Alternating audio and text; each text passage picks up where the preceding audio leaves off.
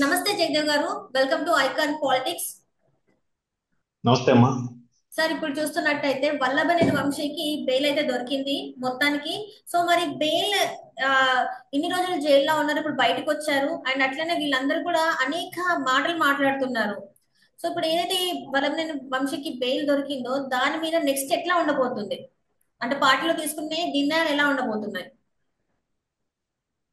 యాక్చువల్గా వల్లభనేని వంశీ గారికి బెయిల్ రావడానికి ఆ, మరలా ఆ, మెయిన్ సకల శాఖ మంత్రి సజ్జల గారు ఏదో చేశారు, లేకపోతే జగన్మోహన్ రెడ్డి గారు చక్రం తిప్పారు అనే వార్తలు వినిపించాయి. కానీ మన రాజమండ్రి, ఆయన పేరేంటి, మర్చిపోయిన పేరు గుర్తు ఎవరు రావట్లేదు. ఎవరు ఎంపీయా సార్? మాజీ ఎంపీ అమ్మా. మార్గాని భరత్. కాదమ్మా. ఎవరు సార్? ఆ, బా- అరుణ్ కుమార్. అరుణ్ కుమార్. ఎస్. రిపీట్ ఒకసారి చూసుకోండి. ఆ, సో ఎట్లా వీళ్ళు ఎవరైతే మంతనాలు జరిపారో ఏం చేశారో తెలియదు కానీ ఉండవల్లి గారు మాత్రం అక్కడ జైలుకి వెళ్ళి కలవడము, కలిసిన నేపథ్యంలో ఆయన ఏ పార్టీకి కొమ్ముకాయను చాలా న్యూట్రల్ గా ఉంటానని చెప్పే వ్యక్తి అట్లా వెళ్ళడం వల్ల జనరల్ గా ఆయన వైసీపీ తీర్థం పుచ్చుకోకపోయినా వైసీపీ సానుభూతి పరుడే. ఎందుకంటే ఆ, మొదటి నుంచి కూడా కాంగ్రెస్ లో ఉన్న వ్యక్తి. రాజశేఖర రెడ్డి గారు కూడా కాంగ్రెస్ లో ముఖ్యమంత్రిగా చేసినప్పుడు కూడా ఈయన ఎంపీగా ఉండడం కూడా జరిగింది.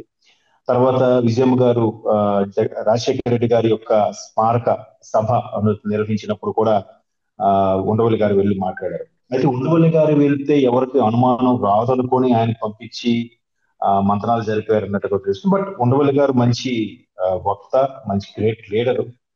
సో ఆయన ద్వారా ఈ వంశీ గారి బెయిల్ సంబంధించి లోపలికి అక్కడ జైలుకి పంపించి మాట్లాడిచ్చారు అన్నట్టు కూడా కొన్ని వార్తలు ఉన్నాయి. ఇవి మొత్తానికి ఏదో ఒక 10 రాళ్ళు ఇస్తే ఏదో ఒక రాయి తగలిపోతుందా. Right right. పైగా ఆయన మీద ఉన్న ఎలిగేషన్స్ ఇవన్నీ కూడా ఇప్పటికే కొద్ది రోజులు అయ్యింది కాబట్టి చల్లగా రిమాండ్ అయిపోయిన తర్వాత బెయిల్ రావడం అనేది సహజం. పెద్ద పెద్ద నేరాలు, కొన్ని లక్షల కోట్లు స్కామ్లు చేసే వాళ్ళే 10-12 ఏళ్ళుగా బెయిల్ మీద తిరుగుతున్నగానండి. వంశీ గారికి బెయిల్ రాదని ఎందుకు అనుకోవాలి? అంటే ఇక్కడ వస్తుంది. చాలా విషయాలు అయితే ఉన్నాయి కదా సార్. ఇక్కడ కిడ్నాప్ కేసు ఉంది, ఎస్సీ ఎస్టీ అట్రాసిటీ కేసు ఉంది. వీటన్నిటిలో ఇప్పుడు మరి బెయిల్ దొరికింది అంటే అంత అంటే చాలా సార్లు ప్రయత్నించారు కూడా. బెయిల్ కోసం చాలా సార్లు కోర్టు పెట్టలేకడం జరిగింది. కానీ కోర్టులో మాత్రం తనకి అనుకూలంగా పరిస్థితులు లేకుండే. మీరు అడగబోయే క్వశ్చన్ నాకు అర్థమవుతుందమ్మా. ఎందుకంటే ఇవాళ రేపు చట్టం అనేది ఆ సామాన్యుడికి ఒకలాగా ఉంది, పరపతి ఉన్న వాళ్ళకి, లేదంటే రాజకీయాల్లో ఉన్న వాళ్ళకి, డబ్బు ఉన్న వాళ్ళకి ఒకలాగా ఉంది. సో ఉమ్, పరపతి ఉన్నప్పుడు ఎందుకు మనం మొన్న ఒక హీరోనే చూసాం. ఒక ఘటన, పొద్దున్న అరెస్ట్ అయ్యారు, ఈవినింగ్ కల్లా బెయిల్ మీద బయటకు వచ్చేసారు. అప్పుడు కూడా పెద్ద ఇష్యూస్ అయ్యాయి. ఉమ్. సో వీళ్ళు పరపతిగా ఉంటారు, ఆ, డబ్బు వెదజల్లుతారు, రకరకాలుగా వీళ్ళు పూచీకత్తు. ఇప్పుడు సామాన్యుడు పూచీకత్తుకు ఒక 5 లక్షలు కట్టాలి, నువ్వు దేశం విడిచిపోకూడదు అని కొన్ని హామీలు ఇచ్చి బెయిల్ ఇస్తారు. ఉమ్. వాళ్ళకి ఏముందమ్మా, 5 లక్షలు అని చెప్పండి, ఒక ₹5 కట్టినట్టు కట్టి వెళ్ళిపోతారు వాళ్ళు. ఎస్. సో ఇవాళ రేపు కూడా ప్రతిదీ నేరారోపణ జరిగినప్పుడు, నేరం రుజువైన తర్వాత విధించే శిక్షలు వేరు, ఆ రిమాండ్ లో ఉన్నప్పుడు దాని మీద ఇన్వెస్టిగేషన్ జరుగుతున్నప్పుడు బెయిల్ రావడం సహజం. సో దాన్ని వీళ్ళు ఎలా చెప్పుకుంటారంటే మేమేం కడిగిన, ఇప్పుడు ప్రతి ఒక్కరు కూడా ఇంతకుముందు మీకు కూడా చాలా సందర్భాలు చెప్తున్నట్టున్నాను. ఏ విధంగా అరెస్ట్ అయినా కూడా మేము కడిగిన ముత్యంలా తిరిగి వస్తాము, రైట్. మా మీద అనవసరంగా నిందలు వేస్తున్నారు. ఇప్పుడు ఈవెన్ కవిత గారు కూడా ఆల్మోస్ట్ ఆ ఢిల్లీ స్కామ్ కి సంబంధించి ఒక 5-6 నెలలు జైల్లో ఉండి వచ్చారు, 5 నెలలు అంతా. సో ఉమ్. ఇప్పుడు ఆవిడ కూడా ఏం మాట్లాడుతున్నారు. ఈవెన్ కేజ్రీవాల్ గారు, ముఖ్యమంత్రి హోదాలో ఉన్న అరెస్ట్ అయిన ఏకైక వ్యక్తి కేజ్రీవాల్ గారు. అవును సార్. ఆ ఢిల్లీ స్కామ్ కి సంబంధించి ఆయన కూడా అరెస్ట్ అయ్యారు. ఇప్పుడు ఆయన కూడా ఏం మాట్లాడుతున్నారు. కక్ష సాధింపు, కేవలం బీజేపీ మా మీద కక్ష సాధిస్తోంది, నేను ఏ తప్పు చేయలేదు, ఖచ్చితంగా మా ఆర్ట్ ని అణిచివేయడానికి ఈ విధంగా చేస్తున్నారని ఆయన చెప్తున్నారు. సో వంశీ గారు బయటకు వచ్చి కూడా అదే చెప్తారు. ఉమ్. ఇప్పుడు ఇంకోటి ఏంటంటే కూటమి ప్రభుత్వం రాష్ట్రంలో ఆ ఒక విధంగా చట్టం తన పని తాను చేసుకుపోతుందనే విధంగా వెళ్తుంది కాబట్టి వీళ్ళందరూ సేఫ్ గా ఉన్నారు. లేదంటే వంశీ గారి కన్నా భయంకరమైన ఆ చలోక్తులు నోటికొచ్చినట్టు వాగిన వాళ్ళు చాలా మంది ఉన్నారుగా. మరి అవును. వాళ్ళందరూ ఫ్రీగా తిరుగుతున్నారుగా, తిరగలుగుతున్నారుగా. ఉమ్. మరి దీనికి ఏం చెప్పాలి? Of um. కోర్స్ మన ఆంజనేయులు లాంటి ఐపీఎస్ ఆఫీసర్లు కూడా ఏదో ఒక ముంబై బాలీవుడ్ నటికి సుపారీ తీసుకోలేదు, ఇష్యూ చేశారనే విషయంలో ఈ రోజుకి ఆయన మళ్ళీ సంజాయిషించుకోవాల్సి వస్తుంది. అవును సార్. ఆయన తిరిగి ఏం చెప్తున్నారు. తెలియదు, గుర్తులేదు, మర్చిపోయారు. సో ఒక్కసారిగా ఆ, ఈ ఒకవేళ ఈ కేసుకు సంబంధించి ఇలా దొరికితే ఎటువంటి చర్యలు తీసుకోవాలి, ఎలా చర్యలు తీసుకుంటే బాగుంటుంది, ఎక్కడ దాన్ని తప్పించుకోవడానికి ఏంటి మార్గం, స్కిప్ అవడానికి ఉండే ఆప్షన్స్ ఏంటి అని ముందుగానే వాళ్ళు మార్గాలు ఇచ్చి పెట్టుకుంటున్నారు. ఈవెన్ లాయర్లు కూడా అలాగే ఉన్నారు కదమ్మా. అవునవును సార్. ఎవడు డబ్బులు ఇస్తే వాళ్ళ వైపు మాట్లాడుతున్నారు. అది తప్ప ఉప్ప వాడు చేసేది నేరమా కాదా అని ఆలోచించట్లేదు. వాళ్ళకి నచ్చిన విధంగా ఎవరు పైసలు ఇస్తే వాళ్ళకి సపోర్ట్ గానే మాట్లాడుతున్నారు. దీని మీద కూడా ఒకసారి సుప్రీంకోర్టులో కొంతమంది స్టే వేశారు.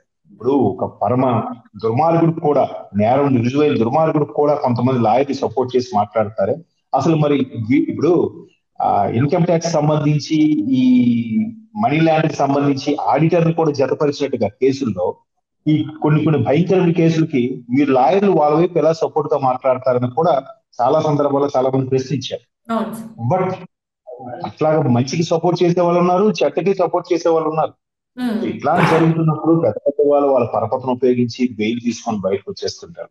బయటకు వచ్చాక మళ్ళీ ఏం చేస్తారంటే మళ్ళీ చలోక్తులు అవి పేలుతూ ఉంటారు. మమ్మల్ని ఎవరేం చేయలేడు, ఇది పెద్ద కేసే కాదు, మామూలు ఉమ్. పెట్టిన కేసు నిలబడలేదు, అందుకే బెయిల్ వచ్చింది, ఇప్పుడు కాకపోతే సంవత్సరం తర్వాత బెయిల్ కొట్టేస్తారు. ఎందుకంటే మనకి ఇప్పుడు చాలా సందర్భాల్లో ఎగ్జాంపుల్ కూడా మనం చూసాం.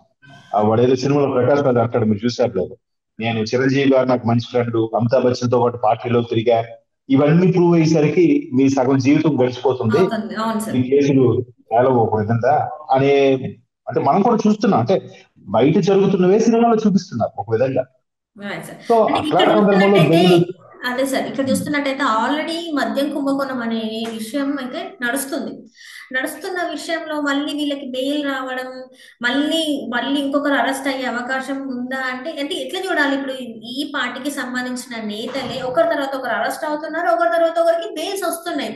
అంటే వీళ్ళకి ఖచ్చితమైన శిక్షలు పడే అవకాశం లేదంటారా? శిక్షలు శిక్షలు పడే వరకు మనం వెళ్ళిపోతున్నాం.